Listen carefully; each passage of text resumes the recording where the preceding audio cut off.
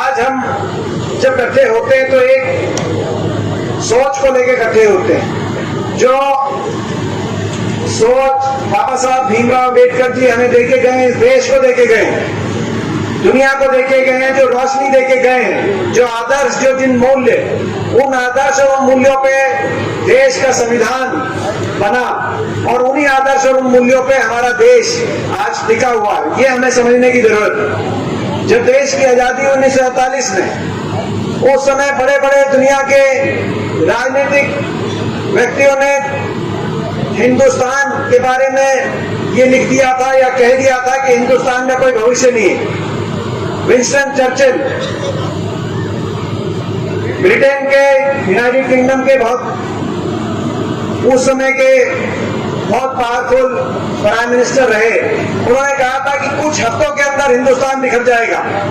इतनी विभिन्नताएं हैं हिंदुस्तान में जितनी यूरोप में भी नहीं है, उतनी भाषाएं, उतने धर्म हिंदुस्तान में है। ये मात्र कुछ हफ्तों के अंदर इस देश के टुकड़े टुकड़े हो जाएंगे। आकलन था अमेरिका से लेकर चीन तक, देशों का आकलन यही था, भविष्यवाणियां थी, हिंदुस्तान के बारे में अच्छी भविष्यवाणियां नहीं थी। उस समय देश आजाद हुआ और एक बड़ी चुनौती थी कि आजाद तो हो गए, मगर किस ग्रंथ से हम सारा देश एक सूत्र से बनेगा, कौन सा वो ग्रंथ होगा। और संविधान सभा की स्थापना हुई, ड्राफ्टिंग कमेटी बनी बाबा साहब भीमराव अम्बेडकर जी के नेतृत्व में। मुझे गर्व है कि उस ड्राफ्टिंग कमेटी में 18 सदस्य थे, जिसमें बाबा साहब के नेतृत्व में नेहरू जी, सरदार पटेल, मौलाना आजाद, डॉक्टर राजेंद्र प्रसाद और उन सब के साथ हमारे इस इलाके के चौधरी रणबीर सिंह जी को भी उस ड्राफ्टिंग कमेटी के अंदर एक सदस्य के रूप में शामिल होने का अवसर प्राप्त हुआ। और उस संविधान सभा ने, उस ड्राफ्टिंग कमेटी ने 3 साल मेहनत करी और 3 साल के बाद एक देश के ऐसे संविधान को देश को दिया जो मैं मानता हूं दुनिया का सबसे खूबसूरत किताब। 3 आदर्शों पे, 3 सिद्धांतों के आधार पे जो देश का संविधान दिया, जो बाबा साहब कहते थे 3 सिद्धांत। पहला सिद्धांत बराबरी, एक कदम से बराबरी। टाटा, बिरला, अदानी, अंबानी से लेकर देश के सबसे गरीब आदमी तक संवैधानिक हक सबके बराबर है। ये एक ऐसा सच जो ईश्वर ने, जब कोई बच्चा जन्म लेता है तो हर बच्चा बराबर होता है। ये ईश्वर ने एक सच को, एक प्राकृतिक सच है, मगर उसको संवैधानिक रूप में लागू करना काम। पहला बराबरी। दूसरा स्वतंत्रता। स्वतंत्रता का मतलब केवल अंग्रेजों से स्वतंत्र भारत होना नहीं, स्वतंत्रता का मतलब सोच की स्वतंत्रता, अभिव्यक्ति की स्वतंत्रता, कामकाज, पूरे देश में कहीं जाके किसी काम को करने की स्वतंत्रता, धर्म, पंथ, किसी भी धर्म या पंथ में विश्वास रखने की स्वतंत्रता, ऐसी स्वतंत्रता। मगर तीसरा मूल मंत्र भी दिया जो बहुत से संविधानों में नहीं है। देश दुनिया के और बाकी संविधानों की तुलना करें हम तो तीसरा मूल मंत्र दिया कि हाँ, बराबरी भी होनी चाहिए, स्वतंत्रता भी होनी चाहिए, मगर बराबरी और स्वतंत्रता के साथ साथ भाईचारा, इक्वालिटी, फ्रीडम एंड फ्रेटर्निटी, भाईचारा। तीसरा मूल मंत्र बाबा साहब ने दिया कि ये 3 मूल मंत्र, क्योंकि अगर बराबरी और स्वतंत्रता होगी मगर आपस में लड़ेंगे, भाईचारे के साथ नहीं चलेंगे, तो देश आगे नहीं बढ़ पाएगा। तो तीसरा मूल मंत्र भी उतना अनिवार्य। भाईचारे, 3 आदर्शों के साथ, इनके आधार पर संविधान की रचना हुई। और आज तक जिस देश के बारे में भविष्यवाणी ये थी कि देश कुछ हफ्ते नहीं पकड़ेगा, आज तक 70 साल के बाद भी उस देश ने जिन मुल्कों ने ऐसी भविष्यवाणियां करी थी, उन मुल्कों को पीछे छोड़ते हुए, उन मुल्कों के छक्के छुड़ाते हुए हिंदुस्तान 21वीं सदी में सबसे मजबूती से आगे बढ़ता हुआ जो देश बना है, वो उस सोच की वजह से बना। क्योंकि हम सोचते नहीं है कि बहुत से लोग ऐसे हैं, राजनीति के अंदर कई ऐसे लोग हैं जो कहते हैं 70 साल में कुछ नहीं हुआ, और हम आके 70 साल में देश का संविधान बना सबसे पहले, और उस संविधान के आधार पर इतनी विभिन्नताओं वाला देश एकजुटता के साथ आगे बढ़ा जो 21वीं सदी में आज दुनिया के अंदर सबसे। अगर आप उस संविधान को तोड़ने की बात करते हो और कहते हो 70 साल में कुछ नहीं हुआ, आप उस संविधान को ही कायम रखो, उन संवैधानिक हकों को और उन संवैधानिक अधिकारों को जूं का तूं आप अगर रखोगे तो भी देश आगे बढ़ता रहेगा। पर आप बराए मेहरबानी जो है ये हमें बताने का काम मत करें, आप संविधान को ही कायम रखें, आज हम उनसे कहना चाहते हैं। मगर बाबा साहब ने एक और बात कही थी, जिस दिन आखिरी दिन था संविधान सभा 24 जनवरी 1950, 26 जनवरी को हमारा देश 26 जनवरी 1950 में संविधान लागू हुआ।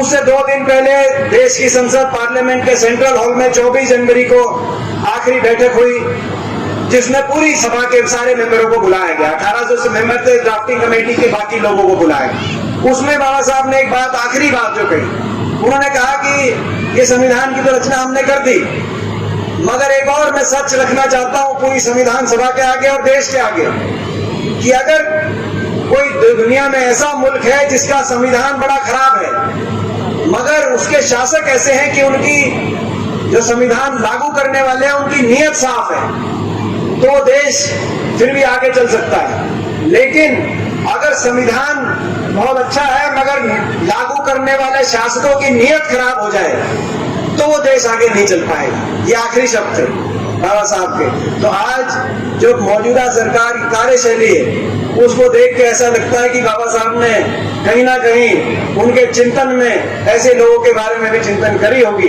कि जो संवैधानिक आज जो एक एक करके संवैधानिक हकों पे प्रहार जो देश के अंदर हम देख रहे हैं, संवैधानिक संस्थाओं पे प्रहार देख रहे हैं, स्वतंत्रता की जो भावना थी, अभिव्यक्ति की, धर्म की, पंथ की स्वतंत्रता, उस पे हम प्रहार हम देख रहे हैं। जो पिछड़े और शोषित वर्गों के लिए जो अधिकार सरकारी क्षेत्र में जो अधिकारों की और बाकी सारे अधिकार दिए गए थे उन पे हम आक्रमण जो देखते हैं तो मन में पीड़ा होती है। मैं आप सबके बीच में एक बात कहना चाहता हूं, मगर ये देश, इस देश की देश का जो संविधान है वो इस देश की मूल भावना है, उस मूल भावना को प्रदर्शित उस संविधान के अंदर किया गया है।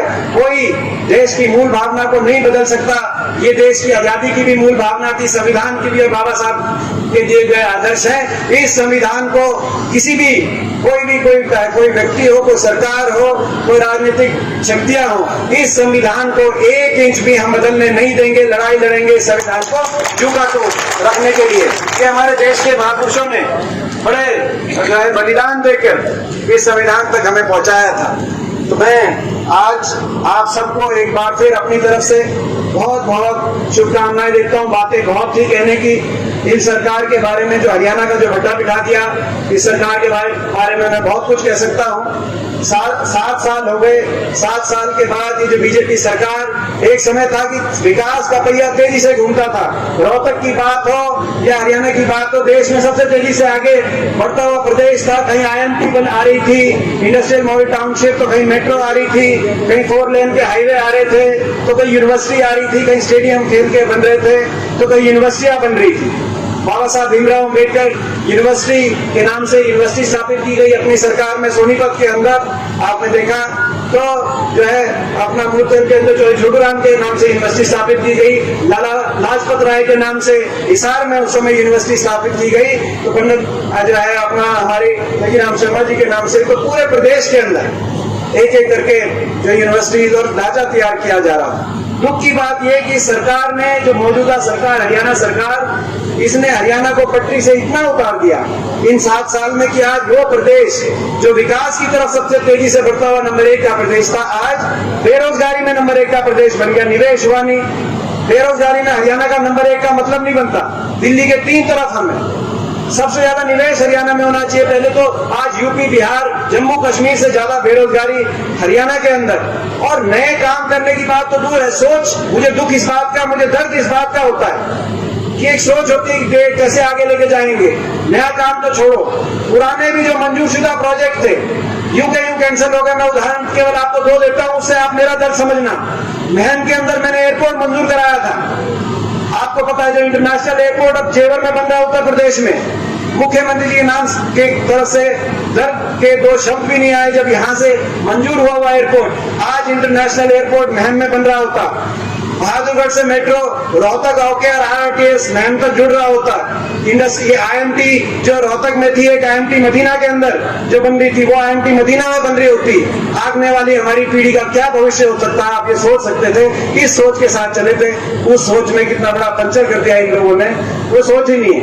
तो आज मैं समझता हूँ कि आने वाला समय हमको और आपको सोच समझ के दोबारा से विकास और खुशहाली और भाईचारे की तरफ हमें लेके जाना है। बहुत से और मुद्दे हैं, मैं बाकी ज्यादा मैं जो है, क्योंकि मैंने जो एक बात कही कि भाई भट्टा ही बिठा दिया, उसमें सारे मुद्दे आ गए, ये ठीक बात है ना? किसान भी सड़क पे है, कर्मचारी भी सड़क पे है, हमारे जो है यहाँ तक कि छोटा व्यापारी भी आज जो है उसकी आर्थिक मंदी से इतना परेशान है, वो भी जब अपनी दुकान में बैठता है तो अगर कोई उससे कुछ मांगने आ जाए, कोई गरीब आदमी, जैसे जो है पहले गला भरा रहता था, कुछ गरीब आदमी को भी देता था, कोई मांगने आ जाए तो अपना पढ़ा हुआ अखबार नजर फेर के दोबारा से पढ़ने लग जाता है। यही बात है कि नहीं? ये चल रही है। ये आज इन्होंने इतना बुरा हाल कर दिया, तो दोबारा से प्रदेश को बचाना पड़ेगा, और दोबारा से तो हर वर्ग मैं समझता हूँ। तो मैं आखिर में, क्योंकि मैं 4 नारे देता हूँ, उसमें सारी बात आ गई जो हमने कही। जय भीम से शुरू करेंगे, ठीक है? जय भीम। और यहाँ पे ये जो अपना जो मैं बधाई देता हूँ डॉक्टर अनिल को भी और सभी को, आप सबको, क्योंकि यहाँ पे हमने शुरुआत करी थी एक सोच के कि कोई अच्छी संस्था यहाँ पे बने, आपने उसको आगे बढ़ाकर यहाँ तक पहुँचाया है। और इतना जो एक प्रांगण, इतना जो है खुशहाल प्रांगण यहाँ पे देखने को मिलता है, संस्था का जो रख रखाव यहाँ पे इतना अच्छा देखने को मिलता है, व्यवस्थित देखने को मिलता है। मैं उसके लिए पूरी कमेटी को और छत्तीस बिरादरी, पूरे समाज को अपनी तरफ से बहुत बहुत बधाई देता हूँ, ये जो इस यहाँ संस्था को यहाँ तक आपने पहुँचाया। और दुख की बात यह है कि इसको भी छीनने के प्रयास हो रहे हैं सरकार द्वारा। दुख की बात है कि इसको बारी प्रयास होए, मगर कोई बात नहीं, जो है बिगाड़ने वाले से बचाने वाला ज्यादा जो है, तो भगवान और पे हम विश्वास रखेंगे, तो ये इनको इस पे डिस्टर्ब नहीं करने देंगे। मगर एक बात जो हमने सोची थी कि यहाँ पे एक रिसर्च सेंटर, यहाँ पे बाबा साहब जो पिछली बार 2 साल पहले जब हम लोग आए थे, बत्रा साहब, शकुंतला जी, गीता जी, हम लोग बैठ के हमने डिस्कशन किया था कि यहाँ पे एक बड़ा रिसर्च सेंटर बने, ताकि बच्चों के लिए पढ़ाई का एक केंद्र बन सके, और पूरे रोहतक के लिए एक बड़ा केंद्र, चाहे वो हम यूनिवर्सिटी से कनेक्ट करें, मगर एक बड़ा रिसर्च सेंटर यहाँ पे बने, तो वो उस सोच को लेके चलेंगे। आज दोबारा से मैं उस संकल्प को दोहराता हूँ। थोड़ी सी कसर रहेगी, जब 2 साल पहले आए थे तो उम्मीद थी कि भाई इस बार आपकी सरकार आ जाती तो अभी उस रिसर्च सेंटर का यहाँ पे फाउंडेशन स्टोन रख रहे होते, मगर कोई बात नहीं, वो थोड़ी बहुत कसर रह गई। लोगों ने तो बहुत साथ दिया, आपने बहुत साथ दिया, मगर कुछ हरियाणा के अंदर जेजेपी पार्टी टाइप के ऐसे लोग थे जिन्होंने बीजेपी की सरकार बना दी, तो लोग नहीं चाहते थे सरकार बने। अब कोई बात नहीं, आधा टाइम हो गया जो है, तो आधा टाइम जो जितना हो गया, जल्दी जो बदलाव कभी होगा, कभी मौका मिलेगा, तो सबसे पहले यहाँ बाबा साहब भीमराव अम्बेडकर जी रिसर्च सेंटर पे यहाँ पे अपना स्थापना करके इसको और बड़ा बनाने का काम करेंगे, ताकि पूरे हमारे हरियाणा के लिए, पूरे नॉर्थ इंडिया के लिए एक केंद्र बन सके। तो मैं आखिर में एक बार फिर मैं कह दिया भाई कुछ ऐसे नारे जिसमें सारे आ जाएंगे। हमें ये भी पता है कि हमारा किसान 4.5 महीने से धरना स्थलों पे है, 300 जानों की कुर्बानी के बाद आज मैं बधाई देता हूँ कि भाई आज जो SC/ST एक्ट के अंदर जिन्होंने अपनी जान कुर्बान करी, उनको भी हमने यहाँ पे श्रद्धांजलि दी, और किसान आंदोलन में जिन्होंने अपनी जान कुर्बान करी, उनको भी यहाँ पे श्रद्धांजलि दी। इस बात के लिए आप बधाई के पात्र हैं। तो भाई मैं नारा जो लगवाऊंगा उसमें सारे आ जाएंगे। जय भीम से शुरू करेंगे, जय भीम, जय जवान, जय किसान, जय संविधान और जय हिंदुस्तान। ठीक है ना? तो भाई शुरू करेंगे जय भीम से। जय भीम, जय भीम, जय भीम,